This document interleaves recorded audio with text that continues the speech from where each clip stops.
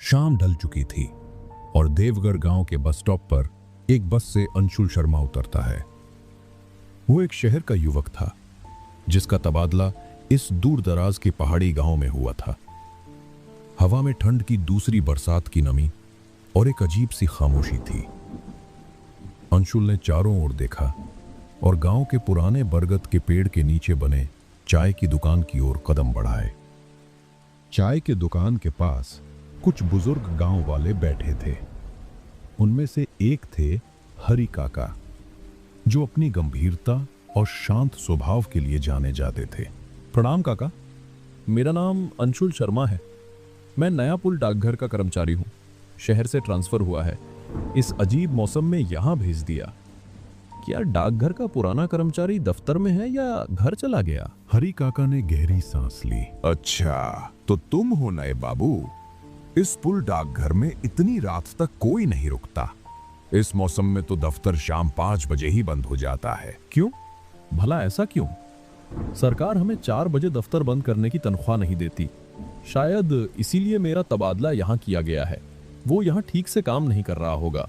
हरि काका की आंखों में चिंता दिखी। बाबू, मैं तो यही कहूंगा कि तुम भी इतनी देर रात तक काम मत करना। और हाँ, इस मौसम में सारी चिट्ठियां मत देखना, खासकर वो चिट्ठियां जिन पर कोई पता ना लिखा हो। अरे चिट्ठी तो चिट्ठी है काका। डाक बांटना मेरा काम है। कोई भूत प्रेत थोड़ी ही मिलेंगे। ठंड तो शहर में भी होती है, तो यहाँ की ठंड या बारिश से क्या डरना। आपका चेहरा तो ऐसा उतरा है जैसे कोई भयानक चीज देख ली हो। हरि काका ने हंसी मजाक नजरअंदाज किया।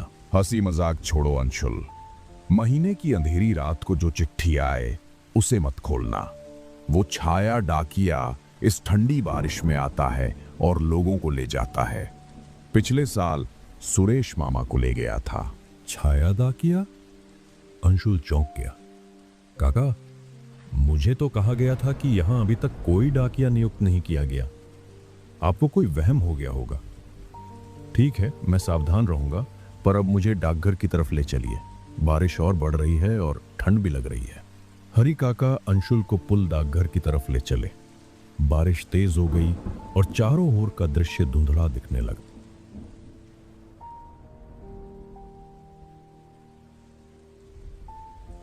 कुछ देर चलने के बाद वे डाकघर के पास पहुंचे। हरि काका ने अंशुल को दरवाजे तक पहुंचाया और तेजी से वापस चले गए। हेलो, मुझे आने में रात हो गई। सारे कर्मचारी चले गए होंगे, पर तुम कौन हो? साहब, मैं दिनेश हूँ, यहाँ का सफाई कर्मचारी। मेरा घर यहाँ से दूर है, इसीलिए मैं बारिश के दिनों में यहीं रात गुजार लेता हूँ। अच्छा दिनेश, मैं अंशुल हूँ। मेरा आज ही तबादला हुआ है। चलो, मुझे दफ्तर का चिट्ठियों वाला कक्ष दिखाओ। दफ्तर की हालत देखकर लगता है कि सब आलसी हैं। दिनेश अंशुल को चिट्ठियों वाले कक्ष में ले आया।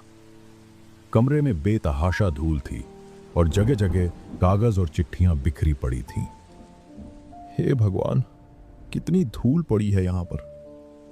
कितनी चिट्ठियां बिखरी पड़ी हैं। तुम यहाँ के सफाई कर्मचारी हो, तो ये क्या है? इतनी चिट्ठियां यहाँ क्या कर रही हैं? इन्हें इनके पते तक पहुंचाया क्यों नहीं गया? साहब, ये सारी चिट्ठियाँ बिना पते की हैं। हम में से कोई भी इन्हें नहीं खोलता। बड़े साहब ने ये कमरा बंद ही रखने को कहा था। आपने दिखाने को बोला, इसलिए मैं आपको यहाँ ले आया। तुम्हारा ये क्या मतलब हुआ भला? सब काम न करने के बहाने हैं। कल इन सबको पते तक पहुंचाने का काम शुरू करना है। साहब, आप नई चिट्ठियों को मत छूना, खासकर वो जो बिना पते की होती हैं। ये ठंडी बारिश में वो चिट्ठियाँ आती हैं और जो इन्हें खोलता है वो... दिनेश, ये सब गांव की कहानियां हैं। चिट्ठी बिना पते की हो तो क्या, कोई ना कोई तो भेजता होगा। मेरे सामने काम ना करने के बहाने नहीं चलेंगे। हम काम करने की तनख्वाह लेते हैं, बहाने मारने की नहीं। नहीं साहब, वो छाया डाकिया भेजता है। पिछले साल सुरेश मामा ने ऐसी ही एक चिट्ठी खोली थी। ठंडी बारिश की रात थी। अगली सुबह वो चबूतरे पर पड़े थे। चेहरे पर ऐसी मुस्कान थी जैसे कोई भयानक सत्य देख लिया हो। उसके बाद वो कभी नहीं उठे। क्या हुआ सुरेश मामा को? बोलना दिनेश। और ये छाया डाकिया कौन है? कोई गांव का आदमी तो नहीं जो मजाक करता हो? कोई आदमी नहीं साहब, वो एक छलावा है। दिखने में इंसानी चेहरा और लाल काली आंखें। वो ठंडी हवा में आता है और लोगों को उनके सबसे गहरे डर के पास ले जाता है। आप चिट्ठी मत खोलना साहब। दिनेश बाहर आकर अंशुल को गांव की बातें बता ही रहा था कि तभी बाहर से किसी के आने की आहट सुनाई दी। अनीता, गांव की एक युवती, वहां आई। दिनेश भैया, ये कौन है? वो भी हमारे गांव के डाकघर में? बाहर बारिश बहुत हो रही थी और मैं घर की ओर जा रही थी, तो मैंने सोचा थोड़ी देर यहाँ रुक जाऊं। अरे अनीता, ये अंशुल बाबू है। हमारे गांव में इनका तबादला हुआ है, आज ही पहुंचे हैं। यही डाकघर के नए मुखिया हैं। माफ करना बाबू, मैंने पहचाना नहीं। अगर कोई आपत्ति ना हो तो क्या थोड़ी देर के लिए मैं यहाँ रुक सकती हूँ? छाया डाकिया आ जाएगा, इसलिए डर लग रहा है। हाँ हाँ अनीता जी, वैसे भी ठंड में भीगने से बीमार हो जाओगी। आप बैठिए और मुझे इस डाकिये के बारे में बताइए। जब से यहाँ आया हूँ इसी के बारे में सुन रहा हूँ। यहाँ की चिट्ठियाँ बस कागज नहीं होती बाबू, कुछ चिट्ठियाँ आपके अंदर का डर जगा देती हैं। मेरे चचेरे भाई सुमित ने ऐसी ही एक चिट्ठी पढ़ी थी। ठंडी रात थी, बारिश हो रही थी। फिर क्या हुआ? तुम भी दिनेश जैसी बातें कर रही हो। बताओ ना अनीता, ये पुल डाकघर की कहानियां क्या हैं और ये डाकिया कौन है? मेरा भाई सुमित, उसने बिना पते वाली चिट्ठी खोली और अगली सुबह चबूतरे पर उसका शरीर मिला। चेहरे पर मुस्कान थी। वो छाया डाकिया उसे अपने साथ ले गया था। ठीक है बाबू, बारिश थोड़ी हल्की हुई है, मैं अब घर जाती हूँ। आप बस बिना पते वाली चिट्ठियाँ मत खोलना, डाकिया आ गया तो नहीं बच पाओगे। अरे पता नहीं तुम सब लोग इस अंधविश्वास से कब बाहर आओगे। चलो छोड़ो, तुम घर जाओ अनीता, इससे पहले फिर से बारिश शुरू हो जाए। और अनीता वहां से चली गई। अंशुल कुछ देर आराम करने के लिए चिट्ठियों वाले कक्ष में आया, पर हर तरफ चिट्ठियां बिखरी पड़ी थीं। उसको बैठने या लेटने के लिए कोई जगह ही नहीं दिख रही थी। तभी उसका ध्यान एक चिट्ठी पर गया जो एक पुरानी मेज के नीचे दबी थी। वो दूसरों से अलग और काली स्याही से लिखी हुई थी। अंशुल ने उसे खोलकर पढ़ा। उस पर लिखा था, तुम्हारे पिता ने तुम्हें नहीं छोड़ा। वो किसी रहस्यमय तरीके से गायब हुए थे। जानना चाहते हो तो मेरा इंतजार करो। वो चिट्ठी पढ़ने के बाद अंशुल का मुंह घबराहट से खुला रह गया। उसे याद आया कि उसके पिता की मृत्यु को लेकर परिवार में हमेशा एक रहस्य रहा था। दिनेश, ओ दिनेश, इधर आ। ये चिट्ठी ये किसने लिखी है? ये चिट्ठी तो मेरे लिए लिखी हुई है। ये कोई मजाक तो नहीं? दिनेश भागकर अंशुल के पास आया। क्या हुआ साहब, आप क्यों घबरा गए? दिनेश, यहाँ ये चिट्ठी, ये जैसे मेरे लिए लिखी गई हो। इसमें मेरे पिता के बारे में कैसे लिखा गया? मेरे अतीत के बारे में तो यहाँ किसी को नहीं पता। कहीं ये मेरा वहम तो नहीं है? साहब, आपने चिट्ठी पढ़ ली। मैंने आपको मना किया था कि इन चिट्ठियों को मत पढ़ना। अब हो गया। छाया डाकिया आएगा, वो आपके डर को जानता है। ठंडी हवा में उसकी मुस्कान दिखेगी। मेरा डर? ये उसको कैसे पता चला? मैं तो इस गांव में पहली बार आया हूं। मेरे बारे में उसको कैसे पता? अब मैं क्या करूं? इसका कोई समाधान है? बताओ दिनेश, मुझे अब क्या करना चाहिए? साहब, इसका समाधान तो हरी काका ही बता सकते हैं। हमें उनके घर जाना होगा। वही हैं जो इस रहस्य को जानते हैं। हमें ज्यादा देर नहीं करनी चाहिए। वे दोनों वहां से निकलकर हरी काका के घर की ओर चल दिए।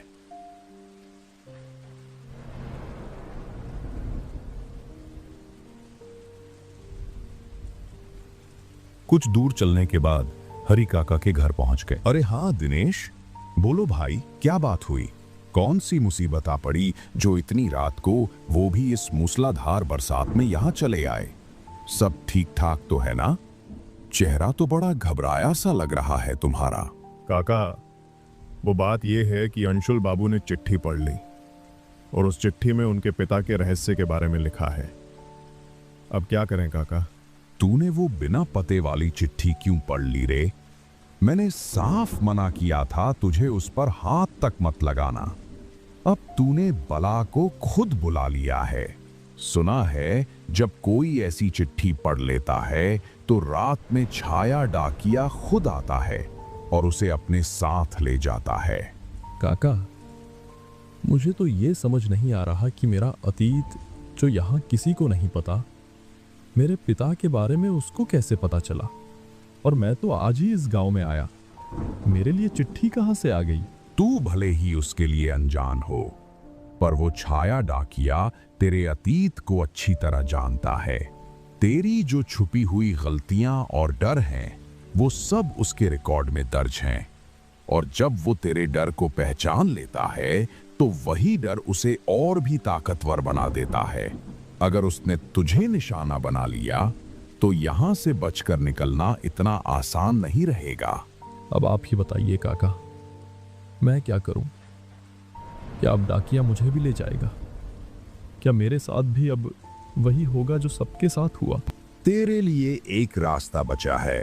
तू पुराने शिव मंदिर के पास बने खंडित बरगद के नीचे बैठकर ठंडी बरसात में उसका इंतजार करेगा। वहीं उसे माफी और मुक्ति दिलाने की तैयारी करेगा। अपनी हिम्मत और सच्चाई से अगर तू उसकी आत्मा को शांत करवा दिया, तो वही इस गांव को भी माफ कर देगा। वरना ये सिलसिला कभी खत्म नहीं होगा और वो छाया डाकिया फिर लौट कर आएगा। अंशुल, दिनेश और हरी काका की बातों से घबराया हुआ खंडित बरगद के नीचे चुपचाप बैठा छाया डाकिया का इंतजार कर रहा था। चारों ओर सन्नाटा था। बस दूर कहीं लोमड़ियों के रोने की आवाजें रात को और गहरी बना रही थीं। तभी कीचड़ भरे रास्ते पर किसी के धीरे धीरे चलते भारी बूटों की आहट सुनाई दी। कौन है? कौन है वहां पर? मैं तुमसे डरने वाला नहीं हूं। सामने आओ मेरे, जो कोई भी है। मेरे अतीत के बारे में लिखोगे तो तुमको क्या लगा मैं डर जाऊंगा? मैं तुमसे नहीं डरता। हिम्मत है तो सामने आओ। अंशुल की दिल की धड़कन तेज हो गई। उसने मुड़कर देखा। वही छाया डाकिया अपनी पुरानी साइकिल के साथ बिल्कुल उसके पीछे खड़ा था। उसे सामने खड़ा देखकर अंशुल एकदम सहम गया। दिल जोर जोर से धड़कने लगा। बारिश और ठंडी हवा में डर और गहरा हो गया, मगर उसने गहरी सांस ली। मनी मन बोला, अब डर से नहीं, हिम्मत से काम लेना होगा। कौन हो तुम? मेरे बारे में कैसे जानते हो? ये गांव वालों को तुमने क्यों डरा कर रखा है? आखिरकार तुम्हारा मकसद क्या है? मैं जीवन हूं, यहां का असली डाकिया। मैं किसी को नहीं छोड़ूंगा। जो जो मेरे साथ हुआ, उसका बदला तो मैं लेके रहूंगा। तुम में से कोई नहीं बचेगा। अब क्या हुआ था तुम्हारे साथ? मुझे शुरू से बताओ। तुम्हारी मुझसे क्या दुश्मनी है? गांव वालों को तुम क्यों सजा दे रहे हो? बहुत साल पहले इसी गांव के एक रईस आदमी ने मुझ पर चोरी का झूठा इल्जाम लगा दिया था। इन सब गांव वालों ने बिना सच जाने मुझे दोषी बना दिया और मुझे गांव के बाहर पुराने कुएं से बांध दिया। मैं वहां भूखा प्यासा तड़पता रहा, पर किसी ने मेरी मदद नहीं की। इसी ठंडी बारिश की रात को मेरी मौत हुई। देखो, वो सब गलती से हुआ और वो रईस आदमी, वो मर चुका होगा। इतने साल पहले इनके पूर्वजों की गलती की सजा तुम अब लोगों को क्यों दे रहे हो? जो तुम्हारे साथ गलत हुआ उसका मुझे भी दुख है, पर तुम उन लोगों की तरह अन्याय मत करो। मैं ऐसे क्यों जाने दूं सबको? मेरा सच आज तक इस गांव को पता ही नहीं चला। सभी गांव वालों को मेरी सच्चाई बताओ। मेरे साथ क्या हुआ? फिर इस गांव को मैं माफ करूंगा। और तुम्हारे पिता, वो इस कुएं के पास थे। उन्होंने तुम्हारा नाम लिया था, पर वे कुछ कर नहीं पाए थे। मैं तुम्हें उनसे मिलवा सकता हूं। ठीक है, मैं तुम्हारा सच पूरे गांव को बताऊंगा और तुमको इंसाफ दिलवाऊंगा। तुम कृपया सबको माफ कर दो। और मेरे पिता, क्या वो? ठीक है, मैं इस गांव को अब एक मौका देता हूं। माफ कर रहा हूं, पर समझ लो अगर फिर किसी ने वैसी हरकत की तो मैं लौट आऊंगा और फिर किसी को माफी नहीं मिलेगी। ये गांव को पश्चाताप का आखिरी मौका है, अपनी करनी सुधार लो। इतना कहते ही वो छाया डाकिया और उसकी साइकिल हवा में विलीन हो गए। अगले दिन अंशुल ने गांव वालों को जीवन डाकिया की सच्चाई बताई। सभी गांव वाले पुल डाकघर के डर से मुक्त हो गए, पर अंशुल ने कभी भी उस खंडित बरगद की ओर मुड़कर नहीं देखा। उसके पिता का रहस्य अनसुलझा ही रहा, पर उसे पता था कि कभी न कभी वो सच भी सामने आएगा। ये कहानी है विराटनगर नामक एक छोटे से शहर की, जहां इस वक्त दीपावली का उत्साह चरम पर था। घर दीपों की रोशनी से जगमगा रहे थे, गलियों में बच्चों के पटाखों की गूंज थी और हर घर के आंगन में खूबसूरत रंगोलियां सजी थीं। माहौल में खुशियों की मिठास घुली हुई थी। लेकिन शहर के सबसे ऊंचे टीले पर स्थित चौधरी तेजपाल सिंह के आलीशान घर शिखर महल में एक अजीब सी उदासी और खामोशी पसरी थी। महल की भव्यता भी उस अनजाने खौफ को छुपा नहीं पा रही थी जो चौधरी परिवार पर वर्षों से छाया हुआ था। चौधरी तेजपाल सिंह गंभीर मुद्रा में अपनी मखमली कुर्सी पर बैठे थे। उनकी आंखों में गहरी चिंता और माथे पर शिकन की लकीरें साफ दिख रही थी।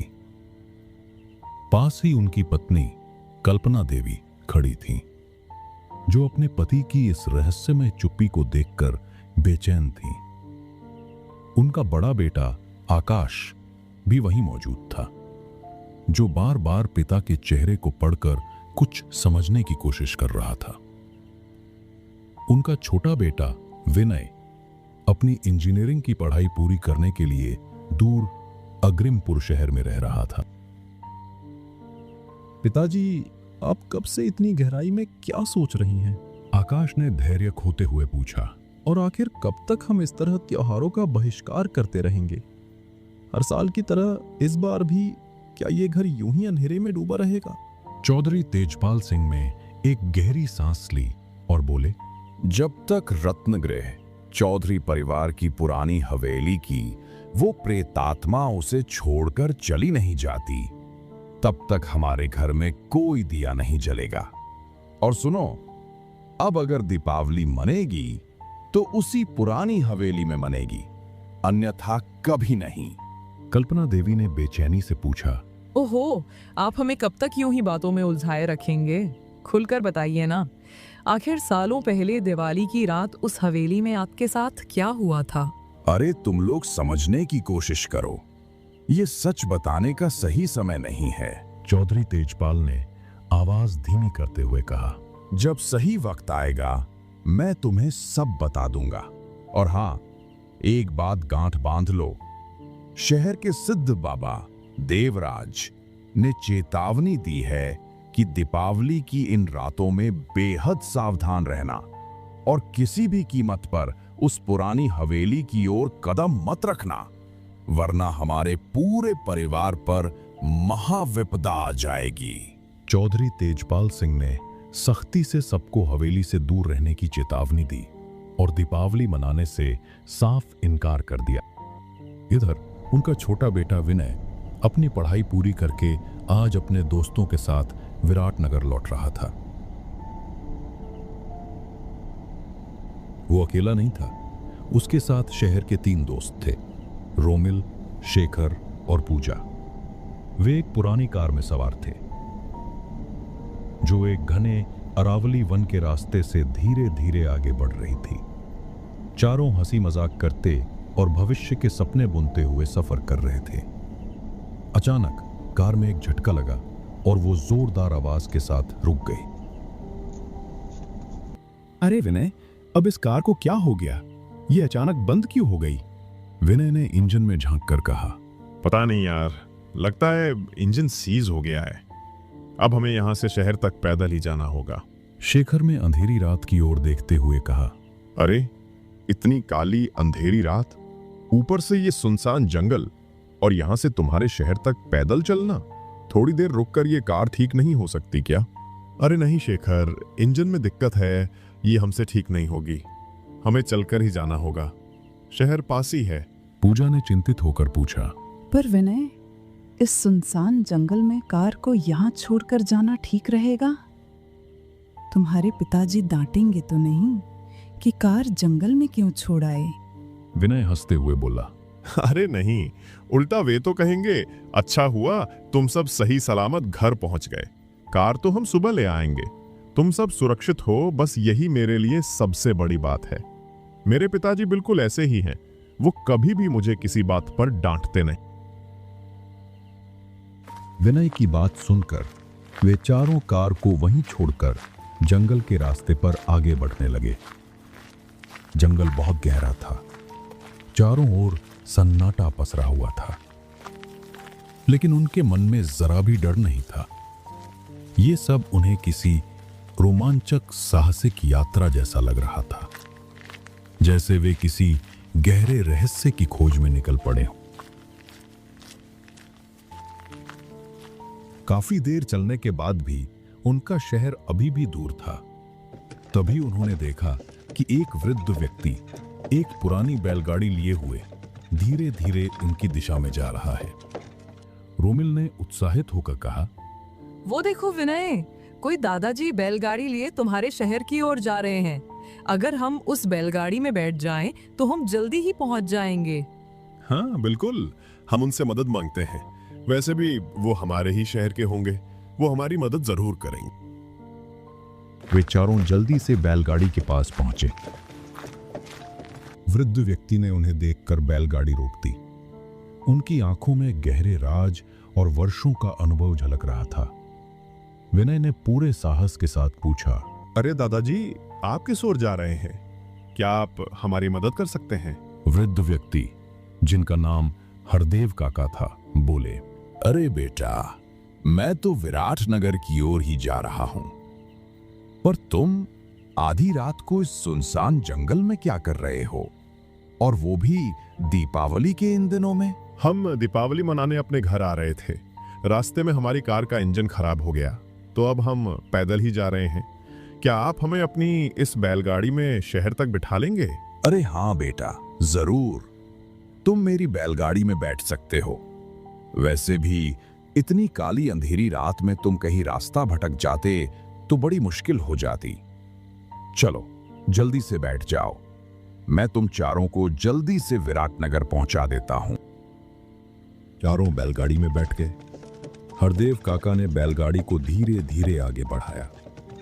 बैलगाड़ी के पहियों की चरमराहट जंगल के सन्नाटे को चीर रही थी। अचानक आसमान से बारिश की बूंदें गिरना शुरू हो गईं और देखते ही देखते मूसलाधार वर्षा होने लगी। विनय के दोस्त रोमिल ने काका से पूछा, अरे दादाजी, ये अचानक इतनी तेज बारिश कैसे शुरू हो गई? और क्या आपकी बैलगाड़ी अब शहर तक पहुंच पाएगी? रास्ता तो पूरा कीचड़ से भर गया होगा।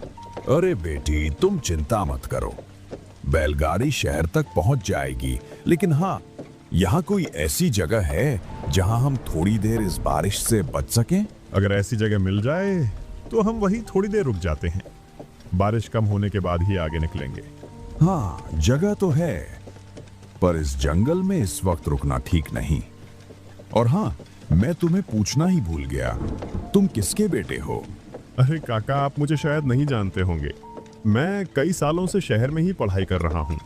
वैसे मेरे पिताजी का नाम चौधरी तेजपाल सिंह है, शायद आप उन्हें जानते हो। विनय की बात सुनकर हरदेव काका एकदम खामोश हो गए और बैलगाड़ी धीरे धीरे चलाने लगे, जैसे कि वो भी चौधरी तेजपाल सिंह के बारे में कुछ गहरा जानते हों। हवेली के पास पहुंचकर विनय का दोस्त शेखर बोला, अरे दादाजी, हम इस हवेली में चले जाते हैं। बहुत जोर की बारिश हो रही है और हवाएं भी तेज होती जा रही हैं। इस वक्त शहर की ओर जाना ठीक नहीं होगा। कहीं कोई पेड़ टूटकर बैलगाड़ी पर गिर गया तो बड़ी मुसीबत हो जाएगी। चलो ना, इस हवेली में थोड़ी देर रुक जाते हैं। अरे बेटा, तू कैसी बातें कर रहा है?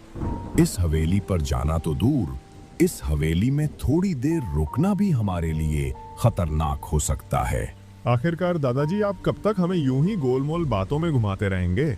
अब तो बता दो कि ये हवेली किसकी है और इसे छोड़ने का कारण क्या है। हरदेव काका ने भारी आवाज में कहा, बेटा, तू जानना चाहता है कि ये हवेली किसकी है और इसे क्यों छोड़ा गया? तो सुन, ये हवेली तेरे पिता चौधरी तेजपाल सिंह की है। इसे रत्नगृह कहते हैं। विनय हैरान था। अरे दादाजी, क्या बात कर रहे हैं आप? ये हमारी हवेली कैसे हो सकती है? पिताजी ने तो मुझे आज तक कभी नहीं बताया कि ये हवेली हमारी है। हाँ बेटा, ये हवेली कई सालों पहले दीपावली के दिनों में छोड़ी गई थी। जब तेरे पिता और तेरे दादाजी यहाँ रहते थे, तब गांव के सभी बड़े फैसले इसी हवेली में लिए जाते थे। लेकिन दीपावली की एक रात पता नहीं तेरे पिता ने क्या देखा जिसने उन्हें इस हवेली को छोड़ने पर मजबूर कर दिया। जब तेरे पिता ने सिद्ध बाबा देवराज से बात की तो उन्होंने भी कुछ ऐसा कहा कि इसके बाद से तेरे पिता ने आज तक इस हवेली में कदम नहीं रखा और तभी से उन्होंने शहर में दीपावली भी नहीं मनाई। विनय ने तुरंत फैसला लिया, अगर ऐसी बात है तो हमें इस हवेली में जाना ही चाहिए। आखिरकार इस तेज बारिश से तो बचेंगे। अरे नहीं बेटा, इस हवेली में तुम्हें बिल्कुल भी नहीं जाना चाहिए। लेकिन उन शहरी लड़कों को हरदेव काका की बातों पर यकीन नहीं हुआ। उनके लिए ये सब एक रोमांचक रहस्य था और वे ये भी सोच रहे थे कि शायद हवेली के अंदर कोई पुरानी और कीमती चीज मिल जाए जिसे वे शहर में ऊंचे दामों पर बेच सकें। इस लोभ के साथ वे धीरे धीरे हवेली के अंदर बढ़ गए। हवेली अंदर से पूरी तरह डरावनी लग रही थी।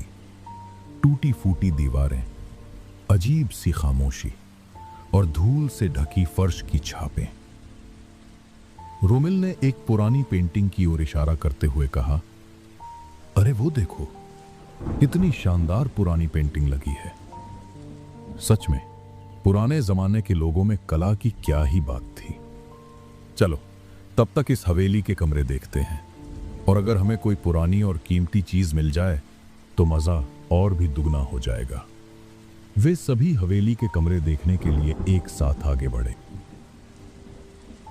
बाहर तेज बारिश हो रही थी और हरदेव काका अपनी बैलगाड़ी पर पूरी तरह भीग चुके थे। बिजली की तेज चमक और गड़गड़ाहट से पूरी हवेली झिलमिला रही थी। कुछ समय बीत गया लेकिन चारों दोस्त बाहर नहीं आए। हरदेव काका उनकी राह देखते हुए वहीं खड़े थे। भीगते हुए घबराहट में अचानक हवेली के अंदर से एक हल्की सी चीख की आवाज आई। हरदेव काका वो आवाज सुनकर बेहद डर गए। वह डर के मारे बैलगाड़ी सीधे विराटनगर की ओर ले गए। उन्होंने मन ही मन ठान लिया कि वो सीधे चौधरी तेजपाल सिंह के घर जाएंगे और सब कुछ उन्हें बताएंगे। हरदेव काका चौधरी तेजपाल सिंह के घर शिखर महल पहुंचे और बैलगाड़ी वहीं रोक दी। अंदर कदम रखते ही उन्होंने देखा कि चौधरी तेजपाल सिंह और उनका बड़ा बेटा आकाश दोनों सोफे पर बैठे हैं। आकाश ने पूछा, अरे हरदेव काका, आप इतने घबराए हुए क्यों हैं? और आधी रात को आपको हमारे घर तक आने की क्या जरूरत पड़ गई? हरदेव काका ने हांफते हुए कहा, हाँ, मुसीबत है, इसलिए तो मैं यहाँ आया हूँ। आपका छोटा भाई विनय आज अपने दोस्तों के साथ शहर आ रहा था। रास्ते में कार खराब हुई तो मैंने उन्हें बैलगाड़ी में बिठाया। हम आपकी पुरानी हवेली रत्नगृह के पास पहुंचे तो बारिश बहुत तेज हो गई। आपके बेटे और उसके 3 दोस्तों ने हवेली में जाने का फैसला किया। मैंने कई बार मना किया पर उन्होंने मेरी नहीं सुनी। थोड़ी ही देर में हवेली से अजीब सी आवाजें आने लगीं। मैं डर के मारे तुरंत यहां आपके पास आया हूं। चौधरी तेजपाल ने गुस्से में कहा, अरे, उसे इतनी आधी रात को वहां जाने की क्या जरूरत थी? सुबह आ जाता। पर अब जो कुछ भी हुआ सो हुआ। हमें जल्दी से जल्दी उस हवेली के पास जाना चाहिए। चलो, यहां से हम सिद्ध बाबा देवराज के पास चलते हैं। उसे भी साथ में ले लेंगे, शायद वो हमें कुछ उपाय बता सकें। वे तीनों बैलगाड़ी में बैठकर धीरे धीरे सिद्ध बाबा देवराज के घर की ओर बढ़े। चौधरी तेजपाल का बेटा आकाश बैलगाड़ी से उतरकर देवराज तांत्रिक के घर के अंदर गया, लेकिन कहीं भी सिद्ध बाबा देवराज नहीं दिखाई दिए। आकाश आश्चर्यचकित होकर बाहर आया और अपने पिताजी से बोला, अरे पिताजी, देवराज तांत्रिक तो अपने घर में नहीं है, पता नहीं इस वक्त कहां गए होंगे। क्या रघुनाथ तांत्रिक घर पर नहीं है? लगता है वो किसी के घर पर गए होंगे। अब वो हमें नहीं मिलेंगे। अब हम तीनों को ही हवेली पर जाना पड़ेगा। इस वजह से वे तीनों ही हवेली की ओर जाने लगे। हरदेव काका की आंखों में डर साफ दिख रहा था, लेकिन वहीं चौधरी तेजपाल सिंह का बेटा आकाश ये सोच रहा था कि इतने सालों से पिताजी ने हमें वहां जाने नहीं दिया, आज पता चलेगा कि हवेली में आखिरकार है क्या। कुछ देर बैलगाड़ी चलाने के बाद वे लोग हवेली के पास पहुंचे। जैसे ही हवेली के भीतर कदम रखते हैं, उन्हें कहीं भी विनय या उसके दोस्त दिखाई नहीं देते। चारों ओर सन्नाटा पसरा हुआ था। बस पुराने दरवाजों की चरमराहट और टपकते पानी की आवाज सुनाई दे रही थी। पर थोड़ी ही देर बाद अचानक से हवेली के बीचों बीच धुआं उठने लगता है। धीरे धीरे वो धुआं घना होता जाता है और उसी धुएं के भीतर से एक अजीब सी आकृति उभरने लगती है। उनकी सांसें थम जाती हैं। धुआं जैसे जैसे कम होता है, सामने एक खतरनाक डरावनी आत्मा नजर आती है। तीनों लोग डर के मारे पीछे हटते हैं और वहां से भागने की कोशिश करने ही वाले होते हैं कि तभी अचानक से एक आवाज आती है, रुकिए पिताजी, भागना मत। चौधरी तेजपाल ने हैरान होकर देखा। यह आवाज उनके छोटे बेटे विनय की थी, जो एक टूटे खंबे के पीछे से निकलकर सामने आया। अरे विनय बेटे, भगवान का शुक्र है कि तू सही सलामत है। चल अब हमारे साथ यहां से भाग निकल, वरना ये आत्मा हमें छोड़ेगी नहीं। विनय ने दृढ़ता से कहा। नहीं, अब कोई भी यहां से नहीं भागेगा। काफी हो चुका डरना, काफी हो चुकी भाग दौड़। अब तो इस आत्मा का सच जानकर ही सब यहां से जाएंगे। विनय इतना कहते ही वो आत्मा अचानक इधर उधर देखने लगती है, जैसे हवेली के बाहर निकलने का रास्ता खोज रही हो। उसी वक्त विनय तेजी से उसकी तरफ बढ़ता है और उसने जो कपड़े पहने थे उन्हें पकड़कर खींचकर उतार देता है। कपड़े गिरते ही सब लोग हैरान रह जाते हैं, क्योंकि उन कपड़ों के अंदर से गांव का तांत्रिक सिद्ध बाबा देवराज निकलता है। अच्छा, तो अब पता चला। जब मैं पहली बार दीपावली के दिनों में इस हवेली में आया था, तब भी तू ही होगा जो नकली कपड़े पहनकर मुझे इस हवेली से भगाने की कोशिश कर रहा था। चौधरी तेजपाल सिंह ने जोर से दहाड़ते हुए कहा। सुबह वापस मेरी हवेली पर आकर बोल रहा था कि आपकी हवेली में किसी आत्मा ने कब्जा कर लिया है, लेकिन अब सच सामने है और तुझसे बड़ा धोखेबाज आदमी तो मैंने आज तक नहीं देखा। सिद्ध बाबा देवराज डरते हुए बोला, नहीं ठाकुर साहब, उस दीपावली पर मैं नहीं था। सबके सामने पकड़ा गया है और झूठ बोलता है। तुझे शर्म नहीं आती क्या? विनय ने कहा। नहीं पिताजी, शायद उस दिन ये अकेला नहीं होगा। इसके साथ एक और व्यक्ति भी है, जो ऊपर के कमरे में मेरे दोस्तों को उसने बेहोश करके रखा है। मैं अभी जाता हूं और उसे लेकर आता हूं। कुछ समय बाद विनय उस व्यक्ति को लेकर वापस आता है, लेकिन उस व्यक्ति को देखकर चौधरी तेजपाल सिंह का गुस्सा बहुत बढ़ जाता है। वो व्यक्ति और कोई नहीं बल्कि चौधरी तेजपाल की हवेली पर सालों से काम करने वाला उनका पुराना वफादार नौकर था। अरे धोखेबाज दीनदयाल, तू जिस थाली में खाया उसी में छेद किया। धोखेबाज, बता आखिरकार तूने ऐसा क्यों किया? दीनदयाल ने टूटी आवाज में कहा। अरे ठाकुर साहब, मैं बताता हूं कि मैंने ऐसा क्यों किया। मुझे भी आपकी तरह सभा के बीच में बैठना था, मुझे भी आपकी तरह बड़ा आदमी बनना था, लेकिन जो तनख्वाह आप मुझे देते थे उससे मुश्किल से मेरा गुजारा चलता था। इसलिए मैंने एक दिन तांत्रिक देवराज के साथ मिलकर ये बेहतरीन माया रची। हम कई सालों से ऊपर के कमरे में अच्छे तरीके से रह रहे थे, और अफसोस आज इन शहरी बच्चों ने आकर हमारे सारे अरमानों पर पानी फेर दिया। हमने एक लड़के और 2 लड़की को धुएं में नशे वाली दवाई मिलाकर बेहोश कर दिया। हमें यह लगा कि कोई और नहीं आएगा, इसलिए हम अपने चुड़ैल वाले कपड़े पहन रहे थे। लेकिन अफसोस, हमें यह नहीं पता था कि कोई हमें कपड़े पहनते वक्त देख रहा है। विनय ने पूरी बात साफ करते हुए कहा। हाँ पिताजी, मेरे तीनों दोस्त उस कमरे में गए और तभी चीख सुनाई दी, इसलिए मैं सीधे अंदर नहीं गया। पास की खिड़की से देखा तो वे लोग चुड़ैल जैसे कपड़े पहन रहे थे। मैं उसी समय उनके सामने जाने वाला था, लेकिन वहां 2 लोग थे, इसलिए मैं चुपके से छिप गया ताकि कोई मदद करने आ सके और मैं उनका खुलासा कर सकूं। अरे वाह मेरे बेटे, तूने आज हमें न सिर्फ ये हवेली लौटाई है, बल्कि कई सालों के रुके हुए त्योहार और खुशियां भी लौटाई हैं। वाह मेरे बेटे, मान गया तुझे। और हां, अब तुम अपने दोस्तों को भी नीचे लेकर आ जा। विनय ने पूछा। पिताजी, वे ऊपर के कमरे में बेहोशी की हालत में पड़े हैं। उन्हें कुछ देर तक होश नहीं आएगा, पर तब तक हमें इन लोगों के साथ क्या करना चाहिए? चौधरी तेजपाल सिंह ने मुस्कुराते हुए कहा। बेटा, इन लोगों के साथ हमें वही करना चाहिए जो वे पहले हमारे लिए करते थे, हवेली की साफ सफाई। अब से ये यही रहकर आजीवन काम करेंगे। जितनी बेइज्जती और तकलीफ इन दोनों ने हमें दी है, उनकी सजा इन्हीं को भुगतनी होगी।